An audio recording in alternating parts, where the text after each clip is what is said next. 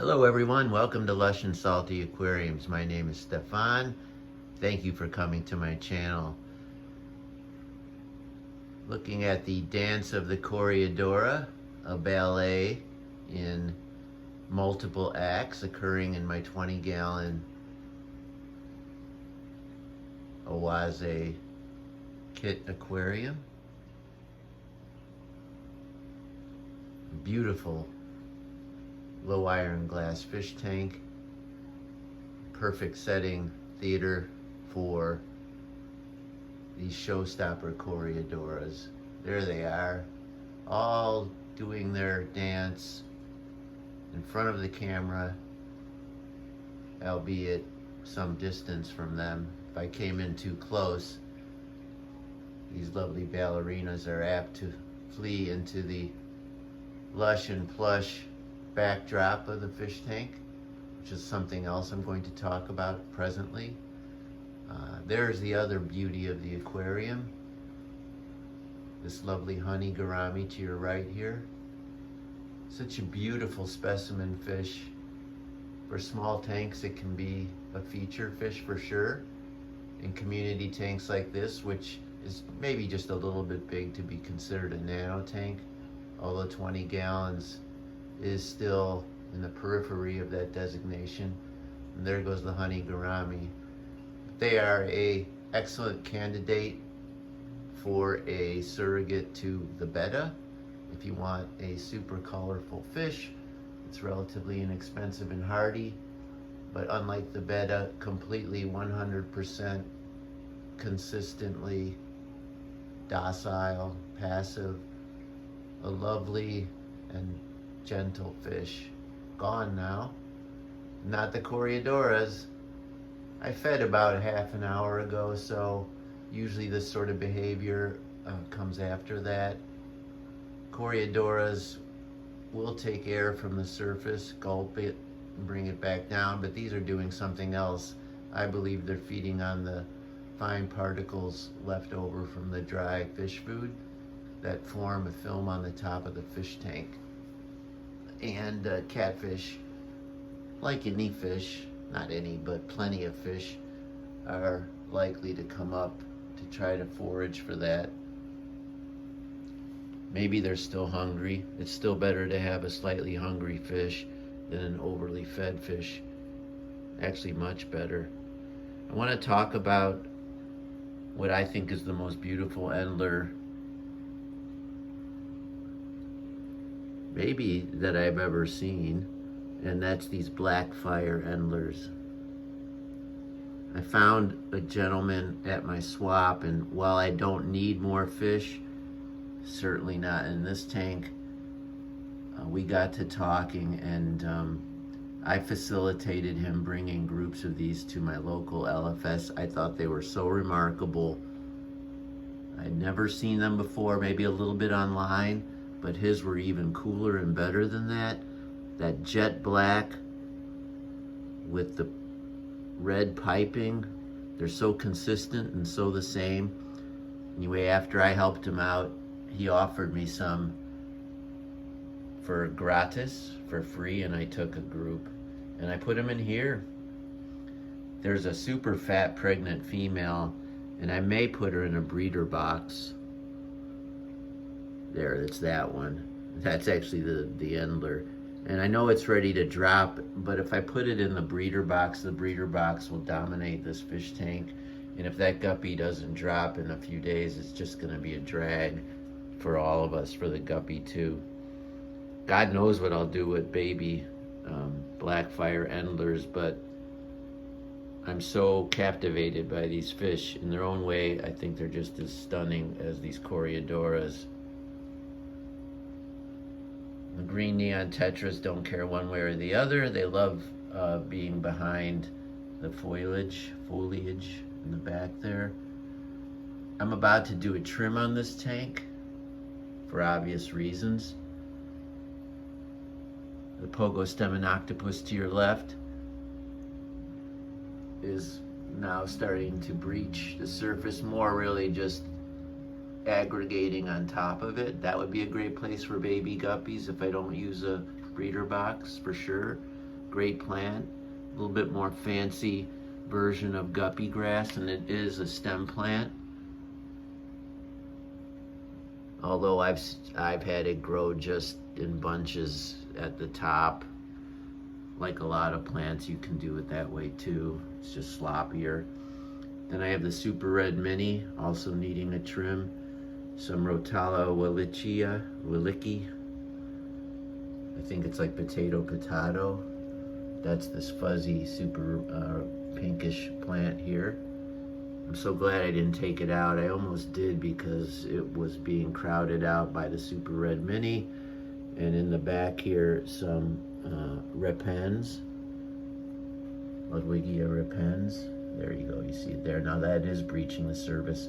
And of course, big fluffy Lemonphilia sessiflora. That definitely needs a trim, kind of always does. Another great place for baby guppies to go would be right up in there if those endlers, and I called it guppies because I make that, it's not a Freudian slip. I just, when I'm speaking like a lot of people, endler guppy just gets conflated, juxtaposed. The Bucephalandra forming the midground here with this Hygrophila arugula, not arugula, which I love to eat. Look at that, that's a great specimen of it. That's about 2 months longer in the tank than this specimen. And you can see it gradually, this one here, becoming more like its brethren to the left there. It's a super great plant, so cool. It stays lower to the ground. Hard to believe it's a high grow, but you definitely need good light and CO2, you just do. And then the carpet, so cool. It's a mixture of Helanthium, dwarf sage perhaps is in there, dwarf hairgrass, some rotalas, or excuse me, not rotalas, cryptocorn actually, and if I don't do anything it will pop up. You see some balancea right here, that's coming up.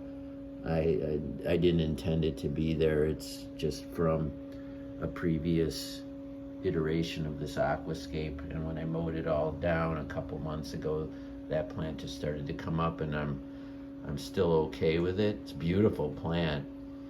Cryptocorn balancea is a stunning, fancier alternative to something like a vallisneria. If you get a lot of it in the back, it forms the same effect with more beautiful leaves. Beautiful in terms of color and pattern.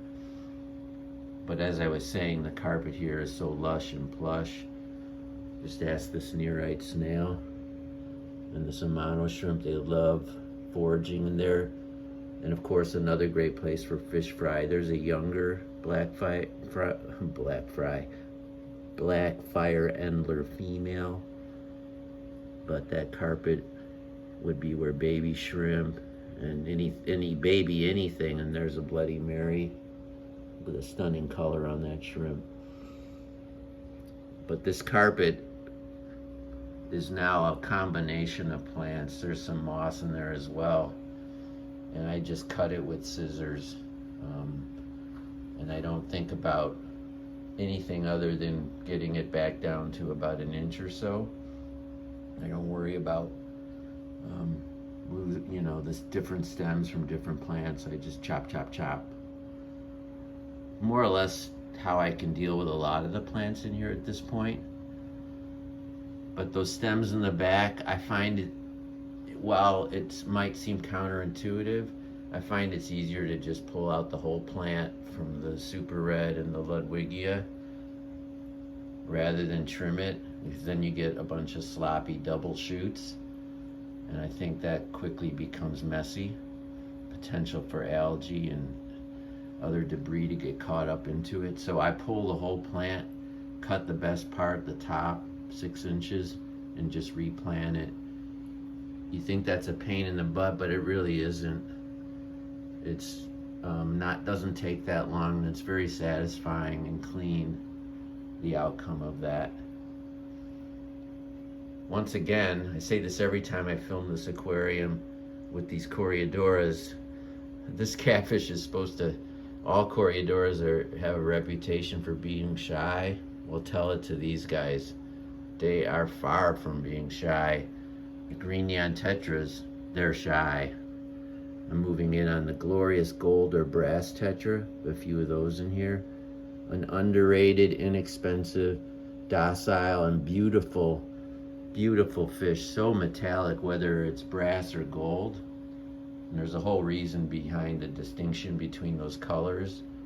Tank raised, they're always gonna lean on brass, and wild caught will lean on the gold, for a fascinating biological reason, in that in the wild, the gold is actually a defense against a certain parasite, and they don't need that in the aquarium. So over time, not that much time, the super gold turns into a brass color. Maybe slightly not as awesome, but such a great fish. Do not sleep on the gold tetra. There are, as I pointed out, numerous amano shrimp in here. Algae eaters. There's a bristlenose plecostomus, a juvenile in here. Beautiful longfin. Don't see him or her now. Can't tell which one it is. Look at that luxurious carpet of moss growing on one of these magnetic, what is it? It's for moss, ideally, but you can use it for other plants too, like Japanese clover, hydrocolte. And I just used some green thread and tied some moss down to it, and now it is top tier moss, zero algae, zero browning. It's just awesome. I need to pull some off of that shelf as well, but it looks pretty good. If I'm growing moss on the bottom, I'm sure a lot of you find this, it tends to be sloppier and messier and can get corrupt, and that algae might grow on it, sediment, debris collect in it. But with the flow from the filter being in mid-water, it's surrounded by flowing water the entire time, and so those things don't happen when you have it like that.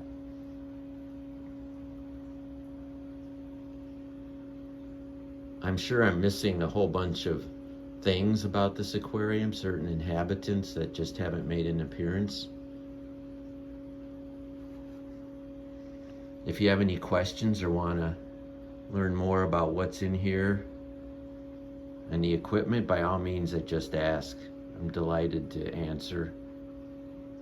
So I'm going to bid you adieu and say ciao for now, and always keep your hands in the tank, albeit carefully.